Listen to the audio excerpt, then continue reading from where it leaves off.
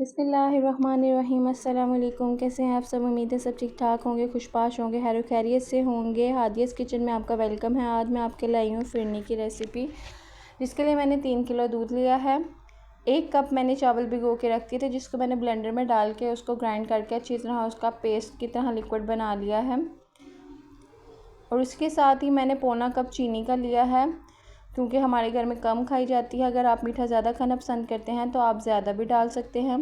और यहाँ पे मैंने बादामों को लेके मैंने उनको पहले ही उसको काट के रख लिया था। और अगर आपने अभी तक मेरे चैनल को सब्सक्राइब नहीं किया तो उम्मीद है कि अभी तक आप सब्सक्राइब कर चुके होंगे। प्लीज़ आप हमारे चैनल को सब्सक्राइब करें, लाइक करें, शेयर करें, ताकि इसी तरह हमें आपका प्यार मिलता रहे। और अब यहाँ पे मैंने दूध को बॉयल करना रख दिया है, ताकि इसमें एक बॉयल आ जाए। इसको बॉयल आने के बाद हम इसका आगे से प्रोसेस स्टार्ट करते हैं। यहाँ पे हमारे दूध को बॉयल आना शुरू हो गया था। आज मैं आपसे कुछ ऐसे सीक्रेट्स भी शेयर करूँगी जो लोग गलती करते हैं, जिन लोगों को नहीं पता कि उसका गाढ़ापन किस तरह चेक करते हैं और चीनी भी बाद में हम क्यों डालते हैं।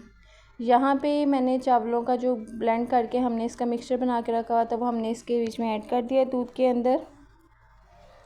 और इसको प्रॉपर चम्मच हिलाना शुरू कर देंगे, ताकि चावलों के बीच में लम्स ना बने।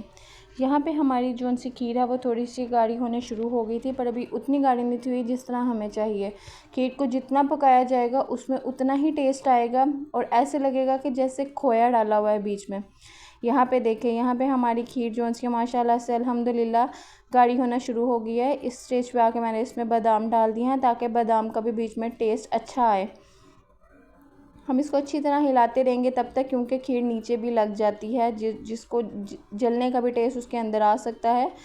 तो यहाँ पे आके अब मैं इसमें चीनी डालूँगी। जब यहाँ पे हमारी 80% खीर गाढ़ी हो चुकी है, तब मैंने यहाँ पे चीनी डाली है। क्यों डाली है? इसलिए क्योंकि चीनी अगर हम पहले डाल देंगे तो दूध जब हमारा पक रहा होता है तो वो ज़ाहिर सी बात है उसकी क्वांटिटी कम होती है। तो अगर हम स्टार्टिंग में चीनी डाल देंगे तो बहुत ही ज़्यादा मीठी हो जाएगी, क्योंकि स्टार्टिंग के तौर पे हम उसके हिसाब से डालेंगे, तो जब वो कम रह जाएगी तो उसकी मिठास इतनी तेज़ हो जाएगी कि वो खाई नहीं जाएगी फिर। इसलिए जब 80% जब खीर रेडी हो जाती है तो इसमें चीनी तब डालते हैं, ताकि उसके जो मिठास है वो प्रॉपर रह सके एक तरफ। यहाँ पे मेरा बेटा आपको हेलो करने आया है। यहाँ पे हमारी अल्हम्दुलिल्लाह खीर जौन सी है वो 100% डन हो चुकी थी। तो यहाँ पे बस मैं लास्ट दफ़ा इसको चम्मच हिला के तो देख रही थी। अच्छा, तो यहाँ पे हम खीर इस तरह चेक करते हैं कि प्लेट में थोड़ी सी खीर डाल के उसको ठंडी करने के लिए रख देते हैं। अगर खीर अपनी जगह से हिले नहीं तो समझें कि ये डन हो चुके हैं। ये देखें, यहाँ पे मैंने प्लेट को बिल्कुल सीधा किया है, पर यहाँ से खीर जौन सी है वो अपनी जगह से हिल नहीं रही, मतलब कि ये बिल्कुल प्रॉपर 100% डन हो चुकी है। ये तरीका मैंने अपनी अम्मी से और अपनी सास से सीखा है। तो अब यहाँ पे मैं इसको निकालूंगी बाउल के बीच में। अल्हम्दुलिल्लाह, शुक्र है अल्लाह का कि अल्लाह ताला ने हमें इतनी मज़े की चीज़ें, इतनी अच्छी नेमतों से नवाजा है।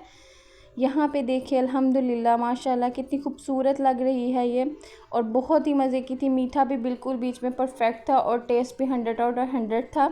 आप भी अपने घर में ज़रूर ट्राई कीजिएगा और हमें अपना फ़ीडबैक ज़रूर दीजिएगा। उम्मीद है कि आपको आज की भी रेसिपी पसंद आई होगी। आप हमें अपना प्यार ज़रूर दिखाइएगा, कमेंट, लाइक, शेयर ज़रूर करिएगा। अल्लाह हाफ़िज़।